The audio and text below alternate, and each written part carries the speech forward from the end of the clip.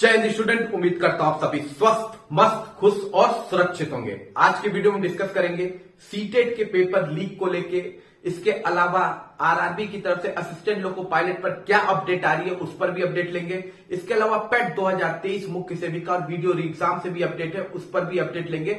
उससे पहले चैनल पे जो नए हैं चैनल को लाइक और सब्सक्राइब जरूर कीजिएगा।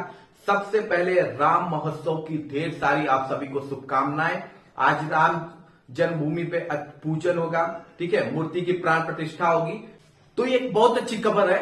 तो इसके अलावा अब चलते हैं वीडियो की ओर। तो सबसे पहले हम बात कर लेते हैं सीटेट के पेपर को लेके। तो सीटेट की तरफ से पेपर कंडक्ट कराया गया था और जहां पे खबर ये आ रही है पेपर लीक हो गया है। ये पहली बार नहीं है, प्रीवियस ईयर में ऑनलाइन एग्जाम हुआ था तब भी पेपर लीक हुआ था और इस बार ये कहा जा रहा है कि पेपर 1 लीक हो गया है।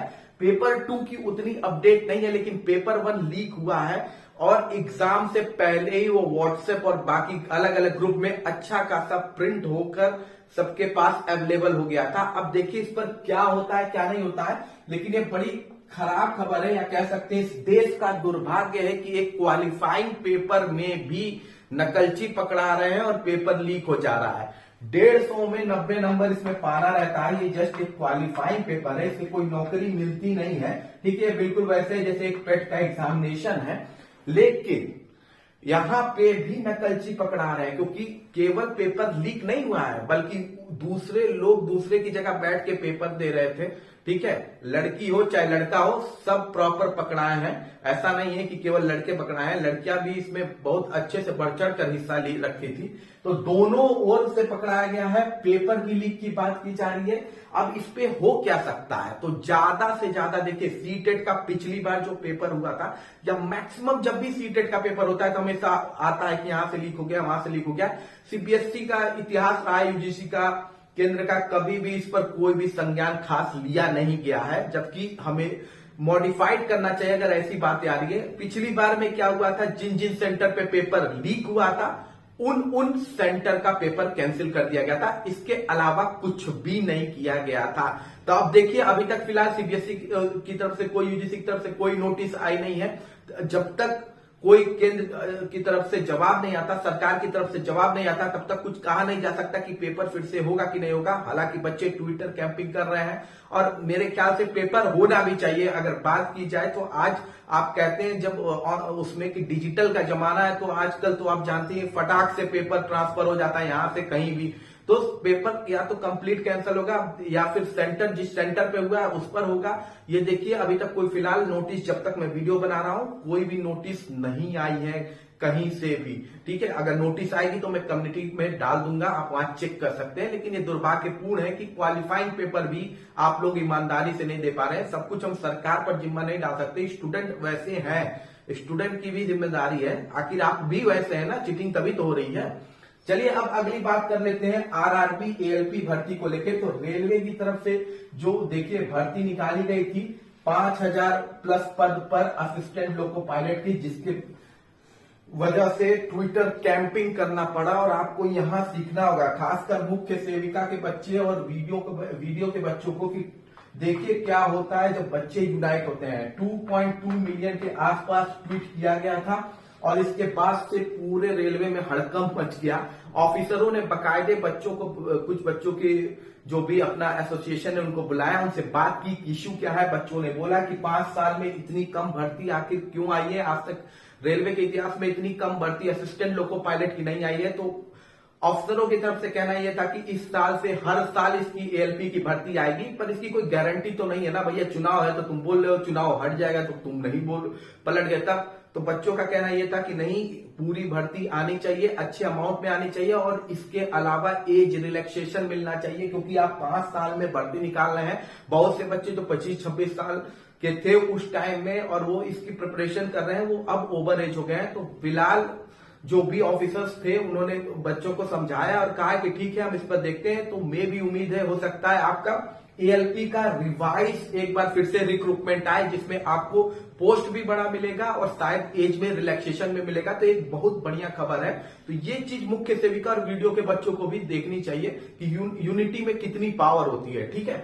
अब अगली बात कर लेते हैं वन दरोगा की एडमिट कार्ड को लेके। तो ये एडमिट कार्ड आपका देखिए आपके एग्जाम से 10 दिन पहले या 11 दिन पहले, यानी मान लीजिए 1 फरवरी या 2 फरवरी के आसपास देखने को मिल सकता है। ठीक है, यही आता है आमतौर पे यूपीएससी का जब भी एडमिट कार्ड आता है 10 दिन पहले ही आता है। तो जो आपकी डेट है उससे 10 दिन पहले आएगा, तो इसका टेंशन मत लीजिए। हाँ, एक चीज कीजिए, ज्यादा प्रेशर शरीर को मत दीजिएगा प्रैक्टिस के नाम पर, ताकि बाद में जब मेडिकल का टाइम हो तो थोड़ा इश्यू कहीं ना हो जाए। तो थोड़ा प्रोटेक्ट रहिए। देखिए मौसम ठंड का है, जब मौसम ऐसा होता है इसमें खिंचाव भी बहुत आते हैं, तो थोड़ा ध्यान दीजिएगा आप अपनी ट्रेनिंग करते समय कि इतना ओवर ना हो जाए कि जब मेन दिन एग्जाम आए तो दिक्कत आपको फेस करना पड़े। तो थोड़ा सा सेफ अपने आप को रखिएगा। इसके बाद बात कर लेते हैं पेट 2023 के रिजल्ट को लेकर। तो ये रिजल्ट आपका सेकेंड वीक ऑफ फरवरी में देखने को मिलेगा। सेकेंड वीक ऑफ फरवरी से पहले ये रिजल्ट नहीं आने वाला है, क्योंकि फिलहाल आयोग पुरानी भर्तियों को क्लियर करने में लगा हुआ है। और ये एक अच्छी बात है, फिलहाल इसका रिजल्ट का कोई खास लोग इंतजार नहीं कर रहे हैं। लेकिन इससे 3 इंपॉर्टेंट भर्ती आने वाली है, जिसमें पहली लेखपाल की होगी, फिर इसके अलावा लोअर पीसीएस की होगी और इसके अलावा वीडियो की होगी। तो जो बच्चे लेखपाल और वीडियो की ऑलरेडी तैयारी किए हुए हैं एग्जाम में, और जिनका लेखपाल में इस बार नहीं हो पाया है, वो लगे रहिए।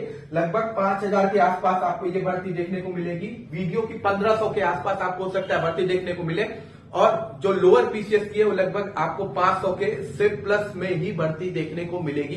काफी जगह है कि 700 मिलेगी, लेकिन मैं 500 प्लस मान के चल रहा हूं, आपको लोअर पीसीएस की भर्ती देखने को मिलेगी।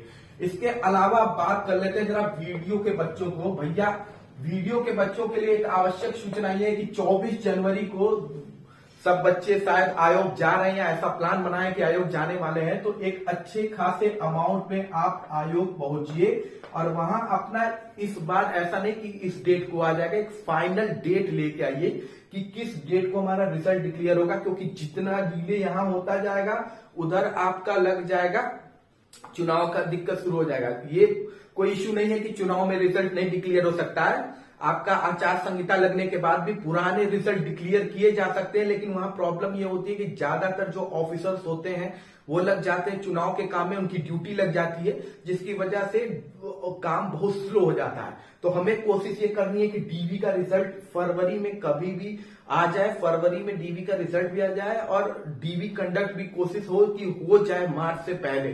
क्योंकि जहां तक मुझे लगता है 10 मार्च के आसपास आपकी आचार संहिता लग जाएगी, उसके बाद कार्य में स्लो प्रोसेस हो जाएगा। ऐसा नहीं है कि रिजल्ट नहीं डिक्लेयर होता आचार संहिता में, नई भर्ती नहीं निकाली जा सकती है, लेकिन रिजल्ट डिक्लेयर किया जा सकता है। लेकिन इंपॉर्टेंट बात यह है कि हमको थोड़ा सा फोर्स करना होगा बच्चों को। तो 24 जनवरी को शायद बच्चे जाने वाले हैं, तो एक अच्छे अमाउंट में वहां पहुंचिए और एक फिक्स डेट लेके आइए। लॉलीपॉप वाला दिक्कत में मत पड़िए, ठीक है। इसके अलावा जो मुख्य सेविका के बच्चे हैं, जो इन्हें भी थोड़ा अब यूनाइट होना पड़ेगा। भैया किस लिए यूनाइट होना पड़ेगा? आपकी रिवाइज आंसर की के लिए। देखिए एक सिंपल सी बात है, कोर्ट में आपकी भर्ती है, अभी कोई डेट आपकी अगली सुनवाई की आई नहीं है। कोर्ट की तरफ से कोई भी अपडेट नहीं आया है कि आपकी भर्ती की अगली सुनवाई कब तक होगी, ठीक। लेकिन कोर्ट ने आपके रिवाइज आंसर की पे कोई रोक नहीं लगाई है। तो थोड़ा आपको यूनाइट होना होगा। अगर आप किसी पर्टिकुलर ग्रुप में हैं, उस ग्रुप में आप लोग जहां अच्छे खासे अमाउंट में, कई ग्रुप में आप लोग ऐड हैं, तो जहां अच्छे खासे अमाउंट में आप मुख्य सेविका के बच्चे ऐड हैं, तो एक बार थोड़ा यूनाइट होके आयोग पहुंचिए और वहां आप रिवाइज आंसर की मांग जरूर कीजिए। रिवाइज आंसर की पे कोई रोक नहीं है। और रिवाइज आंसर की आयोग क्यों नहीं दे रहा, मुझे अभी तक ये बात समझ में आई नहीं है। अगर मान लीजिए 127 सीट मुख्य सेविका के उन बच्चों को दे भी दी जाएगी, तो क्या फिर वही पेपर जो कंडक्ट कराया गया था उनसे भी वही पेपर लेंगे और फिर रिवाइज आंसर की निकालेंगे?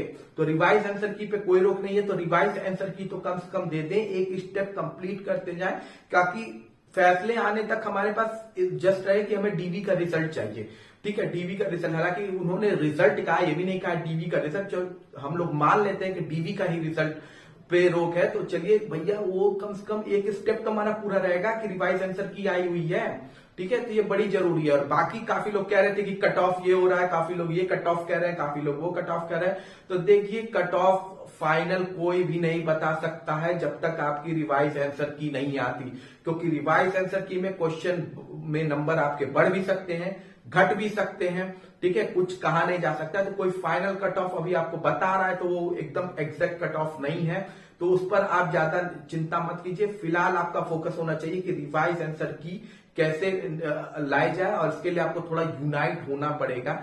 क्योंकि देखिए मुख्य सेविका में अभी तक बच्चों में यूनिटी नहीं देखने को मिली है, ये एक ट्रू फैक्ट है। तो एक जिस ग्रुप में आप लोग अच्छे खासे अमाउंट में वहां एक डेट फिक्स कीजिए और उसमें आप लोग अच्छे अमाउंट में वहां पहुंच के रिवाइज आंसर की डिमांड तो जरूरी कीजिए। बाकी कोर्ट का जो केस है वो केवल आयोग से रिलेटेड है नहीं, 2-3 और भी पार्टी उसमें इन्वॉल्व है, तो आयोग अकेले उसमें कुछ कर नहीं सकता है, ठीक है। लेकिन आई होप कि ये केस जल्द से जल्द खत्म हो जाए। अभी अगली डेट मिली नहीं है, डेट मिलेगी तो मैं आपको कमेटी पोस्ट में बता दूंगा, ठीक है। बाकी कोई भी क्वेश्चन है तो प्लीज कमेंट बॉक्स में जरूर पूछिएगा। मिलते हैं अगली वीडियो में। जय हिंद, जय भारत।